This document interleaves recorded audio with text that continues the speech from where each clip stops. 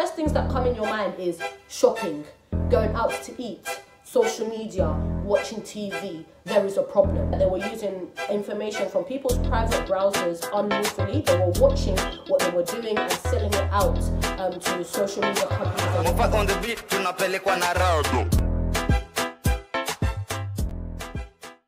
Guys, welcome to my YouTube channel. If you're new here, thank you so much for coming. Thank you so much for the support. My name is Joanne. Do not leave this video without subscribing. You will not regret it, I promise you. If you're coming back, thank you so much for your support. Do make sure you guys keep liking, commenting, subscribing and sharing the video so you do not miss out on any good content. You will not regret it. So as you can tell by the title, I'm literally talking about the working class and how the working class are given distractions to keep them oppressed, such as TV, social media and so forth. And how the longer time you spend on social media or watching TV acts as a downward spiral and affects you in your everyday life. I did touch on this in another video a little bit, not enough, because the video was based on so many other topics. I will put the link down below there or up there. I'll probably put it in both. An important thing to note is who uses social media the most. Social media is commonly used by the working class. Those are the people that use social media more than anybody. Now, in order for social media to be a reliable oppressant or a reliable source to oppress the working class, is that you need to spend as much time possible on social media and as much time possible on TV, for example. Now, social media, an important thing to remember is that nobody's social media feed is identical. Everybody's social media feed or timeline is catered to them.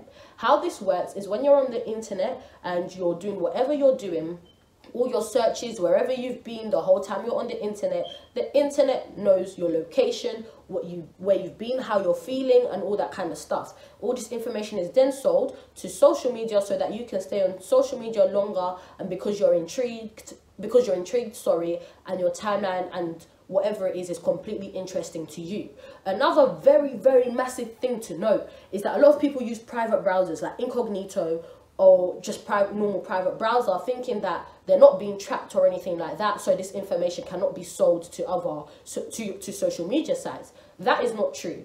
If you go on your iPhone, if you're using incognito all the time, you can go on your phone usage or whatever, and your daily phone usage, and see what apps and what websites you're using the most. The websites that you have used in incognito will come up. If incognito was really incognito and not tracking what you were doing, it shouldn't be coming up in your daily phone usage.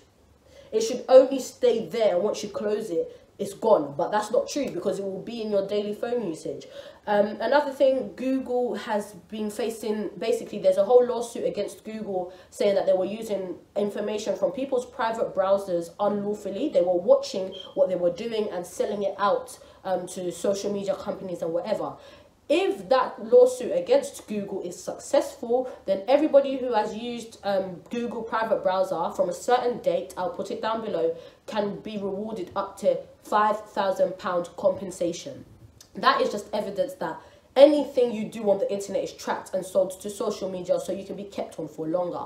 Now, I'm not here just to talk to you without facts or evidence or challenging you to see how much you're using social media. No, I'm about to sit here and question you guys so you can see you're spending too much time watching TV, too much time on social media and not doing meaningful things. Because it's all well and good me speaking to you, but it means nothing if you cannot relate to it. What I do want to ask you, if you're from the working class, yeah, I want to ask you a few questions. List me 3 things you're good at, list me 3 of your hobbies, and list me 3 of your talents. If it's not rolling from the back of your tongue, you're doing something wrong. Because someone from the middle class, it will be able to, they'll be able to say it no problem straight away. Of course you might think this, but when it comes out, it's going to sound a bit mad. But if the first thoughts that come to your mind, if I ask you what's your hobbies, what's your talent, what are you good at, or what you do in your spare time, if the first things that come in your mind is shopping, going out to eat, social media, watching TV, there is a problem. Because I want to tell you something important. You are living in a middle class, you're living in the middle classes world. Everything that is done in society, I think, is mainly catered to the middle class. For example, when you go to school, the exams that you're sitting, who wrote them? It was someone from Eton or middle class private college and whatever. You're sitting the same exams as them. When you go to apply for graduate jobs, let's say a lawyer or whatever, Who's employing you? People most likely from the middle class or who are in middle class positions. So that's what I mean when you're living in a middle class world. Now, if you're going to a job interview and somebody's asking you, what's your hobbies? What's your talents? And the first thing, obviously, you know, you will not sit there and say TV, social media. But the fact that that's the first thing that's coming to your mind, or that's the first thing you're thinking about, is already a problem. Because that person that is competing with you for a job, who is from the middle class, will be able to sit down and say golf, darts, swimming, horse riding, all of that stuff. Whereas it will be a struggle for you. Now, I do realize money is a problem. You know, it's harder for someone from the working class to have a hobby which is horsing or golf or whatever it is, or playing piano, xylophone and all that kind of stuff. But there are cheaper hobbies that you can have, but instead you're on social media or watching TV. Maybe chess, Scrabble, reading, football, even swimming, I think can be affordable, innit? But the issue is, a lot of people from the working class cannot sit down and name 3 useful things as hobbies, talents, or what they're good at. It doesn't spring to mind straight away. And that's the issue which you need to tackle. Another thing what I've realised is social media gossip pages. you know, there's Shade Borough and UK Gossip TV. I can't lie to you, I have tried to look and see what other gossip pages there are, let's say, which would be catered for middle class pages. Maybe I'm rubbish at it, maybe there is some, but I haven't found any. And even if there is any, I'm sure the interaction rate is not as high as it is for the working class. The working class, a lot of working class people on social media or gossip pages spend time having useful or substantial debates on gossip pages, under gossip pages comments. Now, a lot of people are looking at me, that was me, I can't lie to you, that used to be me. Then I realized it's actually useless, it's a waste of time, it's not doing anything. I could be debating somewhere else and doing something better rather than just sitting down and arguing with people on the internet who I'll probably never see, who have no use to my life. But you just have to deep how much time is dedicated into debating on gossip pages or arguing with someone on social media. It's a waste of time. You could be doing something better, but instead every time you get a notification, you debate back. It's not it. It's really not it. Also, another thing to show that working class, what are we doing? You ask somebody, what are you doing on Snapchat, you know, WYD, on Instagram, Facebook, whatever it is. A lot of the times the answers are nothing much you, nothing much you, nothing much you, which also shows, what are we doing? Nothing. We're on social media telling people we're not doing anything much. Whereas if you ask a middle class person, what are you doing? A lot of the times you can get responses like, oh, I've just come back from horse riding, or I've just come back from whatever it is, I've just come back from golf, I've just come back from playing piano, I've just come back from playing this. But whereas nothing much you has literally become, what's the word? How can I say it? It's become our motto a lot of the time. Because a lot of the time you're talking to somebody and you're getting the same response. What are you doing? It's always the same damn thing. You have to do better. You need to understand, you cannot let middle class or people in higher classes than you have an advantage over something that you can control. Further evidence to show social media, whatever, people are using the most. There was a time when Jeremy Corbyn, he was running for Prime Minister, he said he will give everybody either free Sky or free broadband. I cannot remember what it is, but I will put it in there. We'll make broadband free for everybody. People were excited over the moon. Who was the most excited about that? The working class. You're excited about being given, I don't know, free broadband or free Sky, whatever it was. But if he was to offer you, let's say, free piano lessons or free swimming lessons, would you have the same energy?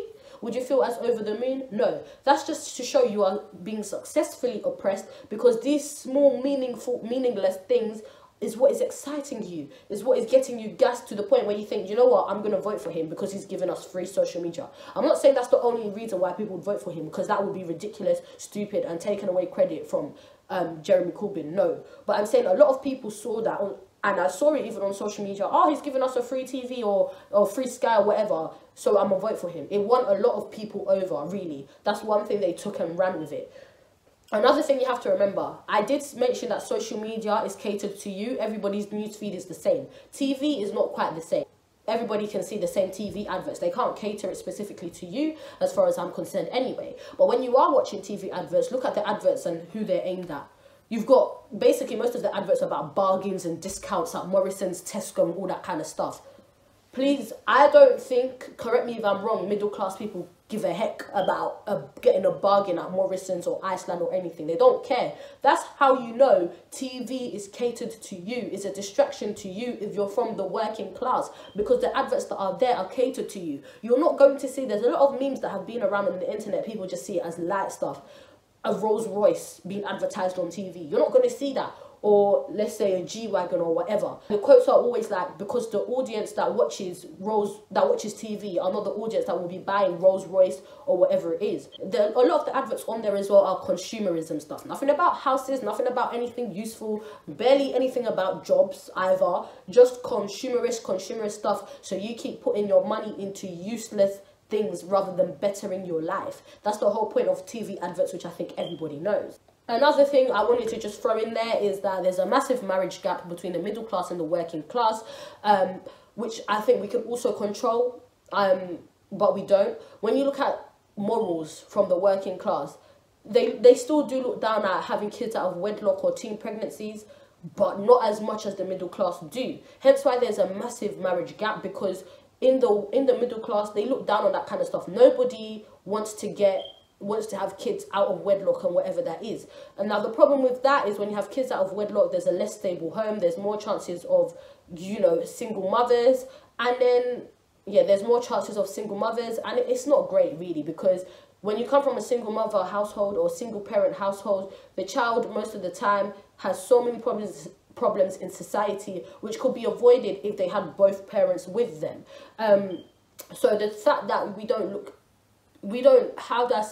the fact that we don't disapprove as strongly for teen pregnancies and stuff like that, having kids out of wedlock and stuff like that, also acts as a problem and a barrier to progress. Celebrities commonly have kids out of wedlock, and commonly, no, I wouldn't say they have kids young, but I would say commonly they have kids out of wedlock, but we see that as normal or whatever, because when you deep it, yeah, people in the working class tend to put celebrities on a pedestal, or like they invest a lot of their time in celebrity gossip. So when we see celebrities having kids out of wedlock or having kids young, then we see it as, oh, okay, it's minor, it's not that deep, because people that we look up to are basically having kids out of wedlock anyway, so we might as well do the same. Whereas in the middle class, they don't invest their time in celebrity life as much as working class people do. It's just a fact really. So that's why as well there's less teen pregnancies there and there's more marriages.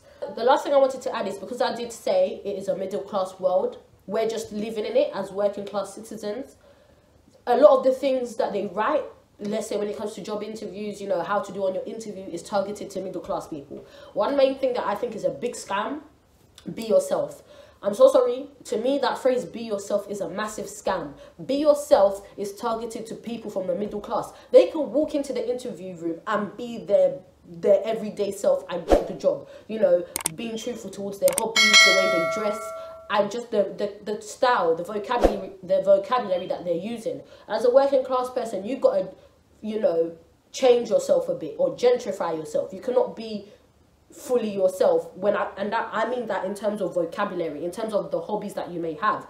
I'm not saying all working class people don't have hobbies which are useful, but a majority of them don't, because of social media, TV, and all these things like I told you. So you cannot come in there and genuinely say, let's say genuinely the thing you enjoy most doing is being on Twitter, watching TV, or gaming, depending on what job you're applying for, because some jobs that might be useful, but most jobs it's not. You cannot go in and say that. Now you have to kind of find new hobbies or find new stuff to do before the interview, or you have to think a bit deeper rather than say the first thing that comes to mind as your hobby. Do you understand?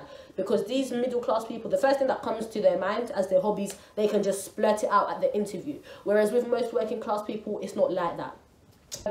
So I would say the moral of this video is, do not let middle class have advantage over you with stuff that you can control. They do have advantages when it comes to housing, private education, or whatever, but you can control whether you're having kids out of wedlock. You can control your hobbies and go and do out some.